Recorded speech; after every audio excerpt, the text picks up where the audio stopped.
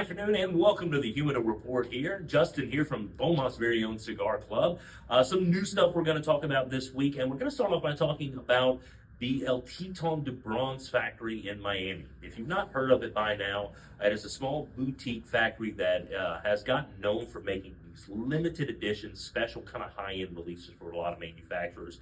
Palina Goldie is probably one of the better known offerings from Bronze. But if you've not heard of El Teton de Bronce, it's been around for quite some time. It was founded by the family of Willie Herrera. And Willie, who is the master blender for Drew Estates these days, actually originally came from El Teton de Bronce. So Bronze is, again, well known for very, very high-end, very limited release sticks. And we've got two offerings that come out of that factory, both from Scandinavian Tobacco Group. Now, these days, there are two premium cigar companies under STG.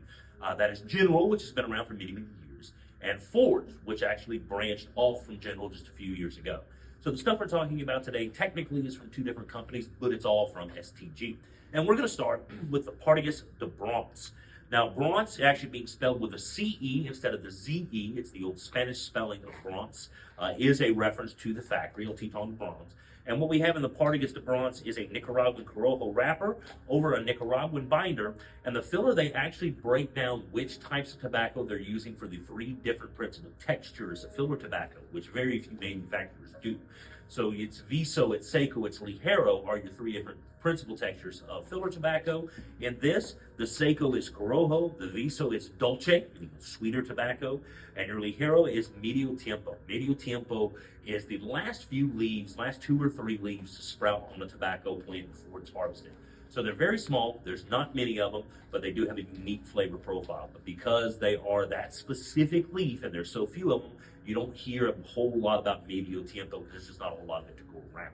But that's the breakdown on this one. It is a 5,000 box run. So there are only 5,000 10-count boxes of Partagas de Bronze out in the wild, and we've got one here ready to go if you want to get one before they're gone. Now, this coming from the General portfolio, we're going to switch over to Forged with the La Gloria Cubana 8th Street. Now, you might remember we did have the original release of 8th Street here last year, so 8th Street is back. It is the same blend that they did before, which is going to be an Ecuadorian Habano Oscuro wrapper. We've got Nicaraguan binder and Nicaraguan and Dominican filler tobaccos. Now, this is a slightly more limited run than the Partagas de Bronce, with only 3,500 boxes of the 8th Street made for this year's release, as opposed to the 5,000 that we have over here in the Partagas de Bronce. Now, we have another Partagas and another La Gloria we're going to talk about, but neither of these come from El Teton de Bronce. Since it's over here to my right, we're going to talk about the Partagas Añejo. Now, this was originally released in 22. It is a barber pole wrapper. I don't know if you can see that in the video, but it is a barber pole double wrapper.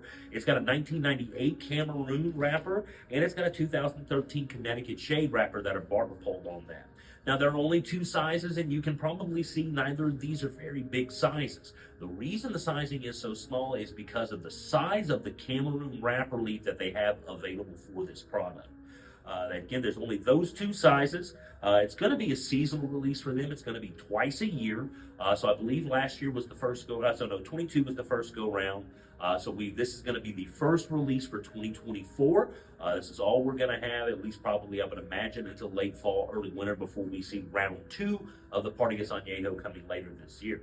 And finally, up front and dead center here, back to La Gloria in the Forged portfolio. This is going to be the La Gloria Cubana Corojo d'Or.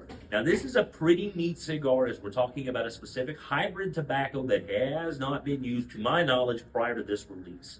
But what we're talking about is the binder. The binder on this cigar is a hybrid of Corojo 97 and 98 with that famed Dominican Pelo d'Or, a favorite of Davidoff master blender for many years, Hank Kellner, and a very signature flavor of a lot of those Davidoff blends. Well, they've hybridized these 2 tobaccos to make a very unique binder going on this Corojo d'Or. Originally released in March of 23, we've got the Ecuadorian Habano wrapper on it. That neat Corojo Pelo d'Or hybrid is your binder, and your filler is Brazilian Mata Fina, Nicaraguan Ometepe, and Dominican Piloto Cubano. So it's a pretty neat and diverse blend on that.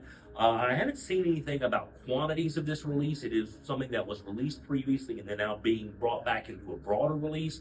Hopefully it's going to stay regular production and something we'll be able to keep on the shelves because we have had it here for a week or so now, and a lot of you guys have already been really hip to that. But this is an introduction if you haven't checked it out yet. Again, we've got the Teton de Bronze manufactured Partagas de Bronze and La Gloria Cubana 8th Street, the twice-a-year Partagas Añejo on the shelves, and the return of that new La Gloria Cubana Corojo de Oro, all on the shelves, ready to go.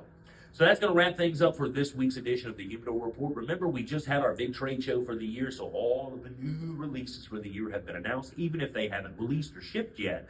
We're going to be getting more and more information from the trade show and all of the new products that are on the way. So we are back with the Humidor Report, and do stick around because there's going to be a lot of great info, a lot of new, fresh episodes coming up here in the days, weeks, and months to come. That'll wrap us up for this week's edition. Thanks for tuning in. Make sure to like and subscribe if you haven't done so yet, and tune in here next week, same place, same time, for the next edition of Beaumont's Southeast Texas's Cigar Club's Humidor Report. Until then, I'm Justin. See you with the club.